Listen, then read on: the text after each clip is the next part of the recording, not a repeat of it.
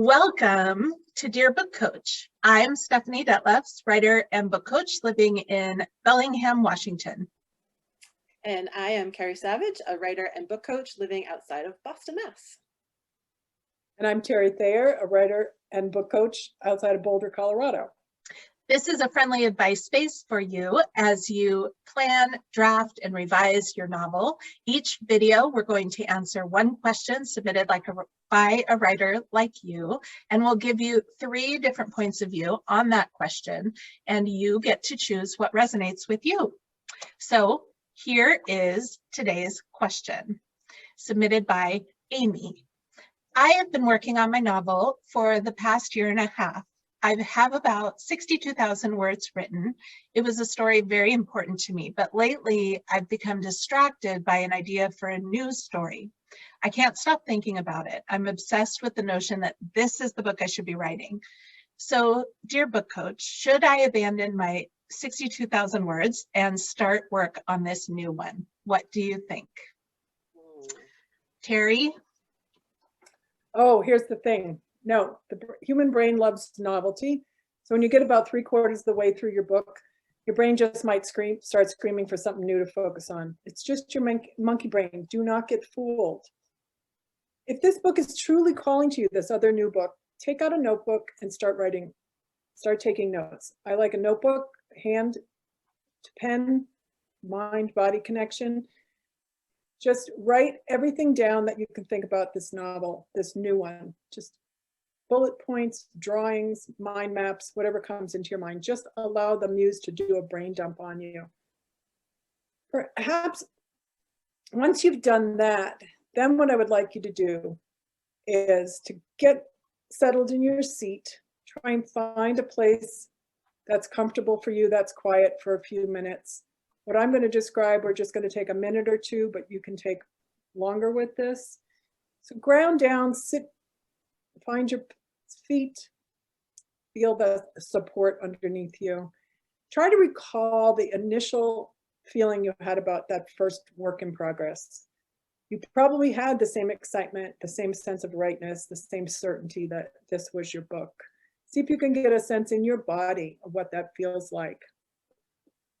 And then, and this will probably be easier to connect with, get a sense of the new book, the excitement.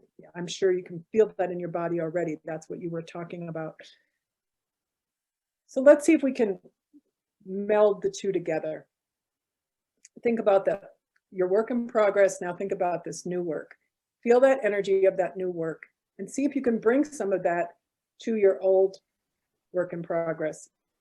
Maybe it's a character that just needs some new juice, or a plot line that needs a little twist. Somehow, see if you can bring that new energy into the new book. I think you'll be happiest if you do that. Find that feeling, transfer it to your new project, and get back to work. I think you'll find the space that the new project was occupying is clearer and your novel will flow. What do you think, Carrie? I'm feeling very grounded, so thank you for that. But I am also going to disagree with you a little bit. I am going to say, go for it.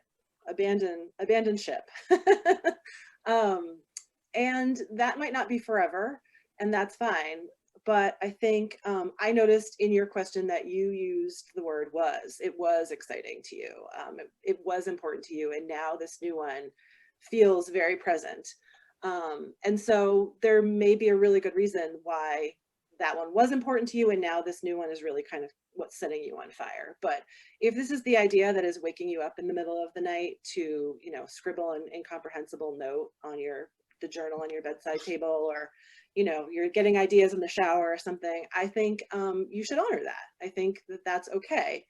And I do think that what Terry was talking about with writing down some of the things that you've been thinking about, maybe start a blueprint for this new idea, or work through the questions in part 2 of Lisa Cron's Story Genius, which is where she really starts you down the road towards figuring out what this new idea is, or even do a beat sheet from Save the Cat, just something to start getting your ideas down on paper and seeing what's setting you on fire. Because I do think that when you have this thing that is so energizing and you really believe in and you're excited about, that is where a lot of good work comes from. So I think it's great to honor that.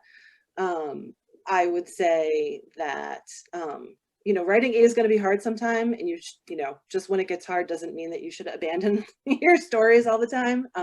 Definitely have to acknowledge that. But I think it's okay to think of an idea or a work that is not serving you right now as potentially, like a darling. We always say kill your darlings. I don't know how many of us actually kill our darlings. I think if you're like me, you probably have a slush folder or something in your work in progress, or something where you stash all that stuff. And maybe you come back to it, maybe you don't. Either way, it's okay, but you have it there. You're just, you haven't abandoned your work entirely, but you're going to take this other one out on a date and see how it feels. So, and I think that's okay. I think sometimes we need permission, and so I give you, dear writer, permission. Stephanie, what do you think? Well, this is what I love about this video series that we're doing, is how different. Sometimes I'm sure we will land on very similar advice, and today is an example of a time where we have pretty different approaches to it, and that's the beauty of it, is that everybody can find what they are looking for and what resonates with them. So I love that you brought in resources there, Carrie. Those were two good ones for them to take a look at. Excuse me. My advice lands pretty squarely in between the two of you. And it really has more to do with mindset and exploring what's happening kind of behind the scenes in your mind. So I totally agree with what Terry said about how the human brain does want to find new experiences when old experiences get hard or boring or et cetera, et cetera. And I also totally agree with Carrie that sometimes that inspiration is what carries us through a project. And so we need to be working with what we're excited about. My first suggestion is just to walk away from both of them give yourself a definite amount of time, say a week or 2 weeks or whatever you think you need. I would just walk away from both, and then I would come back and do the grounding work that Terry suggested. Really sit with what it is that is exciting for you, but also ask yourself the question, is why you want to abandon the first one. Is it because it is hard or boring, or you're stuck, or it's just gotten tedious? Because every writing project, no matter no matter how excited you are at the beginning, every writing project hits that wall where it is no longer fun and it is kind of a slog. And if you want to experience what it's like to finish a book project, then you're going to have to find a way to move through that slog, because otherwise you're never going to experience that. Every time you hit that wall, you're going to want to pivot to a new idea. And so really be honest with yourself. Is your reason for wanting to change really that you think this new idea is the one, or is it that the old project isn't working somehow, in which case you could get yourself some help with that from a variety of resources? Or is it that it's just hard and you don't know how to deal with it being hard? And you can also get resources or get help from a book coach or some other resource, a writing group, a critique partner, anybody, a friend who's willing to listen to you talk through it.